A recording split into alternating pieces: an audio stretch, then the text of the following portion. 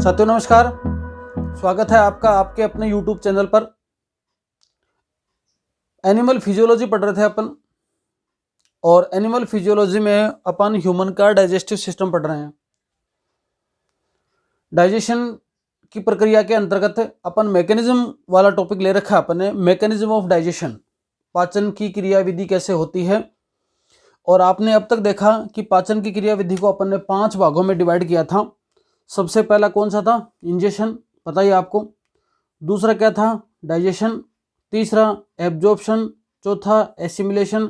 और पांचवा egestion. 2 point कर चुके थे कंप्लीट, इंजेशन और डाइजेशन। तीसरे नंबर की प्रक्रिया लेते हैं कि जो आपका डाइजेस्टेड फूड है उसका अब क्या करना है? एब्जॉर्प्शन करना है, उसका अवशोषण करना है। तो तीसरे नंबर की प्रक्रिया को लेते हैं अपन एब्जॉर्प्शन, अवशोषण। अवशोषण की अगर डेफिनेशन की बात करो, आप एब्जॉर्प्शन की डेफिनेशन की बात करो, तो ऐसा समझ लो आपकी जो एलिमेंट्री कैनाल है, एलिमेंट्री कैनाल में जो डाइजेस्टेड फूड है, पचित भोजन है।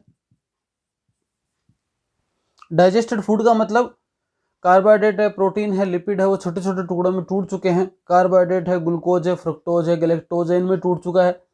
लिपिड आपके फैटी एसिड और ग्लिसरॉल में टूट चुका है। प्रोटीन है, अमाइनो एसिड में टूट चुका है। मिनरल्स हैं, विटामिन्स हैं, वाटर है, ये सीधे एब्जॉर्ब हो जाएंगे। तो ये जो डाइजेस्टेड फूड है उसका, जो आपके एलिमेंट्री कैनाल में डाइजेस्टेड फूड का ब्लड या लिम्फ में ट्रांसफर, ब्लड या लिम्फ में चले जाना क्या कहलाता है? एब्जॉर्प्शन कहलाता है, अवशोषण कहलाता है। अब ये अवशोषण की प्रक्रिया, एब्जॉर्प्शन की प्रक्रिया मुख्यतः कहां कहां होती है, पहले मैं उसको आपको एकदम सिंपल वे में बता दूं जिससे आपको आगे कोई दिक्कत नहीं आए। देखो, सबसे पहले मुख गुहा में अवशोषण, बक्कल कैविटी में एब्जॉर्प्शन। दूसरे नंबर पर, हिंदी में लिख रहा हूं, इंग्लिश में भी आप लिख लेना, आमाशय में अवशोषण, स्टमक में एब्जॉर्प्शन। तीसरे नंबर पर आमाशय के बाद में छोटी आंत आती है। छोटी आंत में सबसे पहला भाग ग्रहणी या ड्यूडेनम में एब्जॉर्प्शन। उसके बाद में आता है कौन सा? क्षुद्रांत्र में अवशोषण। इंग्लिश में बोलोगे तो ड्यूडेनम, जेजुनम के बाद इलियम, इलियम। पांचवें नंबर कोलन में अवशोषण। और छठे नंबर रेक्टम में अवशोषण। ठीक है, सिक्कम, कोलन और रेक्टम, ये बड़ी आंत के भाग है, तो इसमें कोलन है, रेक्टम है, अपन ने ले लिया। अब देखो, आपके फूड के अंदर, आपके भोजन में, या मान लो ऐसे ही आप अगर माउथ के अंदर आपके दवाइयां वगैरह, कोई मेडिसिन वगैरह ले रहे हो, तो कुछ दवाइयां, कुछ मेडिसिन है वो माउथ में ही डिजोल्व हो जाती हैं। ठीक है, एक नंबर बात। दूसरे नंबर बात, फिर आप भोजन को चबा रहे हो, भोजन आपका आमाशय में पहुंचा, तो अगर अल्कोहल है, लिया जा रहा है, तो पूर्ण अल्कोहल, दारू जो पीते हैं, अल्कोहल जो लेते हैं, उनमें पूर्ण अल्कोहल है, वो आपके आमाशय में ही एब्जॉर्ब हो जाता है, अवशोषित हो जाता है। कुछ दवाइयां, ठीक है, और कोई सरल आपके शर्करा, सरल शर्करा बोले तो जैसे मान लो कि ग्लूकोज ही लिया आपने, है ना, सीधा सीधा ग्लूकोज ही ले लिया आपने, पानी में डिजोल्व करके ले लिया ग्लूकोज, तो वो फिर आगे जाने की जरूरत नहीं पड़ेगी, वो आमाशय में क्या हो जाएगा? एब्जॉर्ब हो जाएगा, अवशोषित हो जाएगा। ठीक है, ग्रहणी के अंदर ज्यादातर डाइजेशन की प्रक्रिया होती है, फिर भी अगर आयरन है तो उसका अवशोषण हो जाएगा, एब्जॉर्ब हो जाएगा। कहां पर? ड्यूडेनम के अंदर। इलियम की बात करें तो ये इंपॉर्टेंट है, भोजन का मैक्सिमम एब्जॉर्प्शन, भोजन का अधिकतम अवशोषण कहाँ होता है? इलियम में होता है। और भोजन का मैक्सिमम डाइजेशन किस में होता है? ड्यूडेनम में होता है। ये दो बातें याद रखना। भोजन के अंदर अगर जल और खनिज लवण अभी भी बच गया, जल और खनिज लवण आगे चला गया, मतलब अवशोषित होने के बाद में भी, यहाँ के बाद में भी जल और खनिज लवण है, वो कहाँ पर हो जाएगा? कोलन के अंदर। और फिर जो वेस्ट मटेरियल आगे जा रहा है उसमें से भी जो जल का अवशोषण है ना, केवल जल का एब्जॉर्प्शन कहाँ हो जाएगा? रेक्टम के अंदर भी होता है। तो ये तो बातें आपको याद रखने की, एब्जॉर्प्शन यहाँ होता है। ये वाली बात, एब्जॉर्प्शन का मतलब क्या है कि एलिमेंट्री कैनाल, अब एलिमेंट्री कैनाल के ही भाग है ये डाइजेस्टेड फूड ही है। डाइजेस्टेड फूड का मतलब बता दिया मैंने, वो ब्लड और लिम्फ में ट्रांसफर, मतलब यहाँ से ये चीजें एब्जॉर्ब होंगी और ये ट्रांसफर कहाँ हो जाएंगी? ये लिम्फ के अंदर या ब्लड के अंदर मिक्स हो जाती हैं। उसको क्या बोलते हैं? आपके एब्जॉर्प्शन या अवशोषण की प्रक्रिया बोलते हैं। ठीक है, आगे देखते हैं। इस प्रक्रिया के अंतर्गत जो एब्जॉर्प्शन होगा, जो अवशोषण होगा, वो आपके दो प्रमुख क्रियाओं के अंतर्गत होता है। मतलब अवशोषण के दो प्रकार होते हैं, एक को बोलते हैं सक्रिय और एक को बोलते हैं निष्क्रिय। इसको बोलेंगे एक्टिव एब्जॉर्प्शन और इसको बोलेंगे पैसिव एब्जॉर्प्शन। मतलब क्या हुआ इनका? एक्टिव और पैसिव का मतलब क्या हुआ? जैसे मान लो कि कोई ये सेल है ना, और ये कोई मटेरियल पड़ा है बाहर, और ये सेल के अंदर जाना है। अगर ये छोटा है साइज में, इसकी क्वांटिटी ज्यादा है, तो इजीली क्या करेगा? ये डिफ्यूजन या पैसिव ट्रांसपोर्ट से इसके अंदर चला जाएगा, है ना। आपने कमरे के अंदर ऐसे अगरबत्ती जलाई है, ऐसे अगरबत्ती आपने कमरे के अंदर जला दी, और उसकी अगरबत्ती की स्मेल है, आप यहाँ बैठे हो ना, तो आपको यहाँ भी सुन जाए, मतलब आ जाएगी आपके पास, सुगंध आ जाएगी उसकी। क्यों आ जाएगी? क्योंकि डिफ्यूजन हो रहा है ना। एक बस में बैठे हो और बस में कोई यात्री चढ़ता है जिसमें परफ्यूम लगा रखा है, तो पूरी बस में स्मेल हो जाती है। क्या हुआ? डिफ्यूजन हुआ, मात्रा अधिक से कम की तरफ ट्रांसफर हो गई। तो ऐसे ही आप देखो, जो इजीली सेल के अंदर चला जाए, जिसमें किसी एनर्जी की आवश्यकता नहीं है, केवल और केवल साइज के अकॉर्डिंग छोटी है तब, या फिर संख्या क्वांटिटी ज्यादा तो कोई डिफ्यूज हो जाए, उसको बोलते हैं पैसिव ट्रांसपोर्ट। ठीक है। और पैसिव ट्रांसपोर्ट के तहत है, जैसे आपके फूड के अंदर फ्रक्टोज है, आपके फूड के अंदर कोई अमीनो अम्ल है, सरल टाइप पाएंगे अलग अलग, आपके फूड के अंदर स्मॉल फैटी एसिड है, आपके फूड के अंदर है वाटर, आपके फूड के अंदर आपके ऐसा बोल सकते हैं कि डिजोल्व वाटर डिजोल्व विटामिन कौन से होते हैं? बी एंड सी। ये सब हैं, ये सारे के सारे कैसे हो जाते हैं? बिना किसी एनर्जी के इजीली निष्क्रिय ट्रांसपोर्ट से, मतलब पैसिव ट्रांसपोर्ट से सेल के अंदर चले जाते हैं, लिम्फ में चले जाते हैं, ब्लड सेल में एब्जॉर्ब कर लिए जाते हैं। लेकिन ग्लूकोज, ठीक है, alpha amino acid, glucose, alpha amino acid और बड़े फैटी एसिड, मतलब बड़े तो क्या बोलेंगे आप, ऐसा समझ लो कि फैटी एसिड बहुत सारे, कुछ फैटी एसिड, और क्या बोल देंगे? और बोल देंगे इसके अंदर आपके जो आ जाएगा विटामिन्स, यहाँ आ गए कौन से? वाटर, इसलिए फैट सोल्यूबल विटामिन कौन से होते हैं? कीड़ा, याद रखो, कीड़ा है ना, फैट सोल्यूबल है ये। के vitamin, E vitamin, A D E के, ये चारों के विटामिन क्या है? फैट सोल्यूबल विटामिन है। और मिनरल्स, खनिज, इन सब को सेल में एंटर करने के लिए, लिम्फ या ब्लड में एंटर करने के लिए एनर्जी की आवश्यकता पड़ती है। तो ये बहुत सारी बार तो किसी साथ के साथ में, मतलब किसी दूसरे कंपाउंड के साथ में सहअभिगमन क्रिया करके एंटर करते हैं। जैसे मान लो ये सेल है और सेल के अंदर बहुत सारा नमक है, हर सेल के बाहर बहुत सारा नमक होता है, बहुत सारा नमक, मतलब नमक क्या, आप ऐसा बोल दो कि NaCl होता है। तो जो Na है ना, इसकी प्रकृति है कि सेल के अंदर जाता रहेगा ये, क्योंकि ये बहुत ज़्यादा मात्रा में है। ज़्यादा मात्रा है तो इसका मतलब एंटर करेगा। तो जो बार बार एंटर करेगा, सेल क्या करेगी, इसको बाहर फेंकेगी, फिर ये अंदर जाएगा, सेल बाहर फेंकेगी। तो इसका मतलब सोडियम का सेल के अंदर बाहर आना जाना लगा रहता है। तो इस आने जाने के साथ में कौन जुड़ गया, ग्लूकोज जुड़ गया। क्योंकि ग्लूकोज को पता है कि मैं अकेला जाऊंगा तो इतनी एनर्जी लग जाएगी कि मैं बनाऊंगा उससे ज़्यादा तो खर्च हो जाएगी। ग्लूकोज अंदर जाके क्या करेगा, ग्लाइकोलाइसिस करेगा, क्रेब्स साइकिल करेगा, एनर्जी बनाएगा, तो उससे ज़्यादा तो खर्च हो जाएगी जाने में। तो क्या करता है, ये सोडियम के साथ मिलकर एंटर कर जाता है। इस ऐसे ही बहुत सारे कंपाउंड हैं जो कि एक्टिव एनर्जी के रूप में जाते हैं, वो सह अभिगमन या साथ साथ में कोरिलेशन करके सेल के अंदर एंटर कर जाते हैं। इस प्रकार की प्रक्रिया ये चलती जाती है। अब देखो अपने फूड के अंदर जैसे मान लो कि ग्लूकोज है, कार्बोहाइड्रेट का रूप देखा।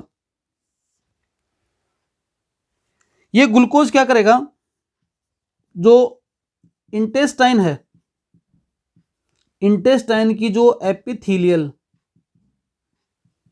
उपकला स्तर है, लेयर है, उस लेयर के द्वारा कहां जाता है, ब्लड कैपिलरीज के पास जाता है। मतलब एब्जॉर्ब कर लिया। एब्जॉर्ब करने के बाद क्या होगा कि जो हिपेटिक पोर्टल वेन है, वो उस ग्लूकोज को कहां पहुंचा देगी, लीवर में। लीवर में चला गया जी, ठीक है। अब ये जो लीवर में गया हुआ है ना, ये ब्लड के थ्रू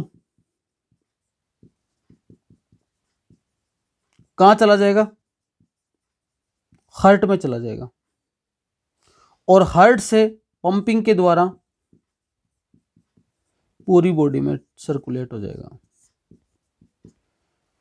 बाय द वे मान लो कि ज्यादा आ गया लीवर के पास, क्या, ग्लूकोज, ये इसको किस में कन्वर्ट कर देगा, ग्लाइकोजन में।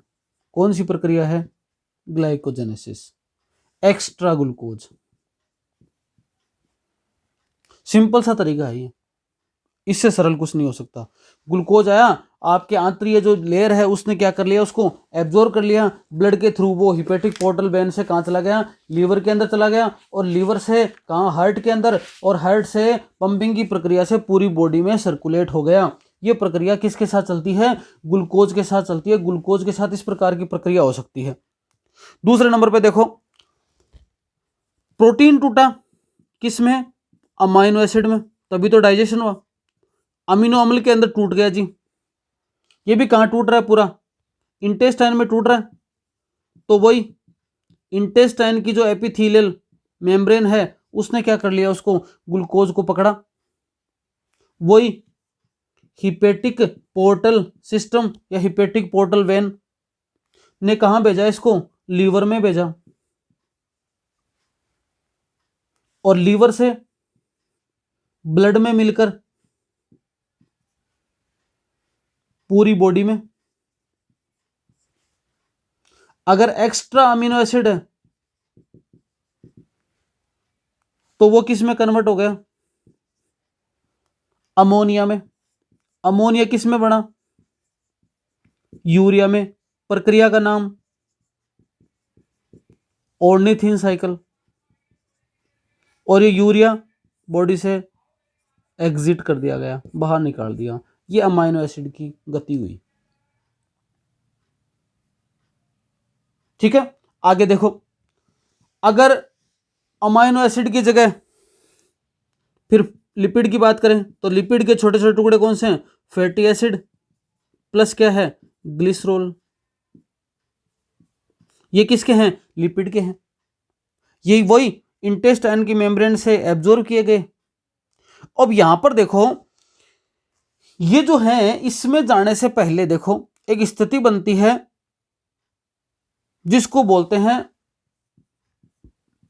CHY, काइलोमाइक्रोन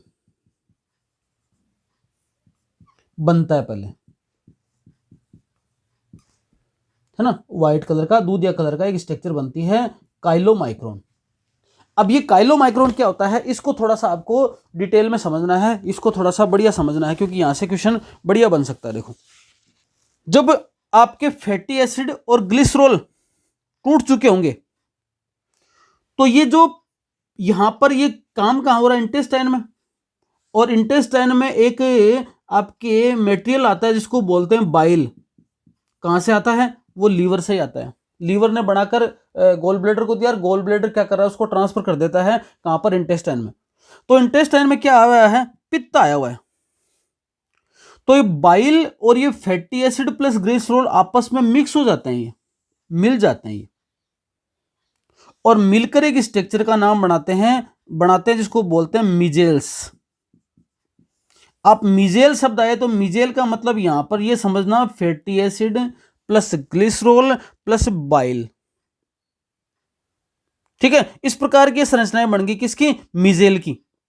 अब ये मिजेल नामक जो संरचना बन गई ना, एकदम जैसे मान लो ये तो आपकी फैटी एसिड और ग्लिसरॉल था, और उसके ऊपर है, उस फैटी एसिड प्लस ग्लिसरॉल के ऊपर ये एक आवरण लग गया इसका, किसका, आपके बाइल का, और इसको बना दिया, मतलब ढक लिया इसको बोल दिया गया मिजेल। ऐसे ही बहुत सारे क्या बन जाएंगे, ऐसे बहुत सारे मिजेल बन जाएंगे।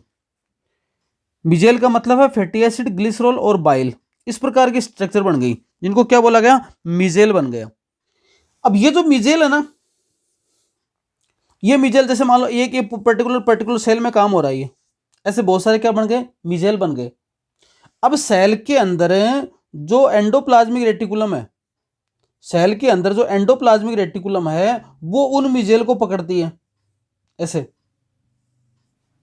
और जैसे मिजेल इस में से निकलती है, वापस से इन सब को जोड़ते हुए किसका निर्माण कर देती है, ये एंडोप्लाज्मिक रेटिकुलम वो कर देती है ट्राइग्लिसराइड का।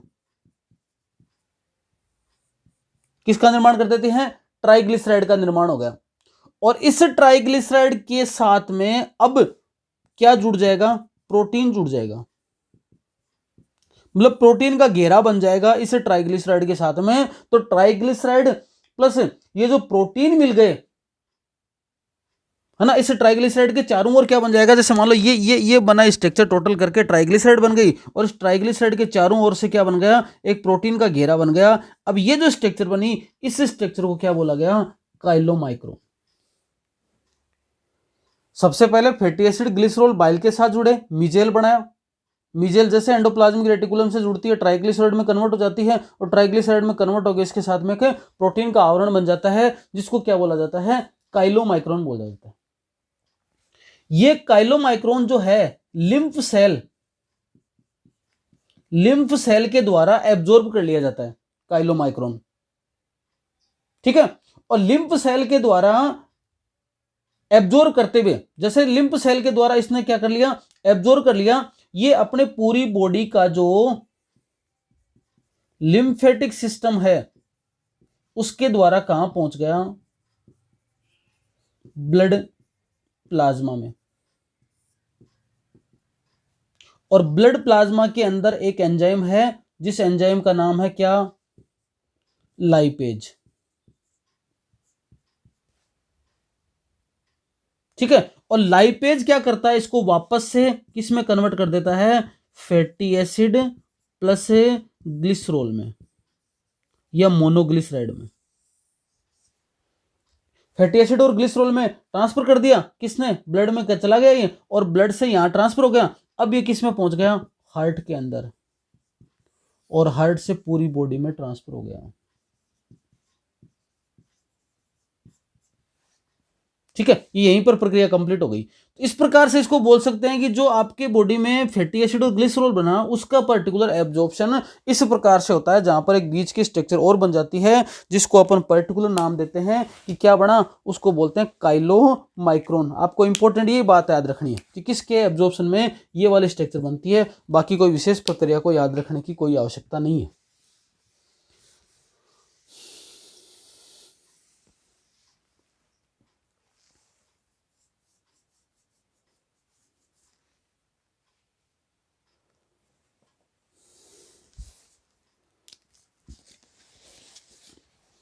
फोर्थ स्टेप है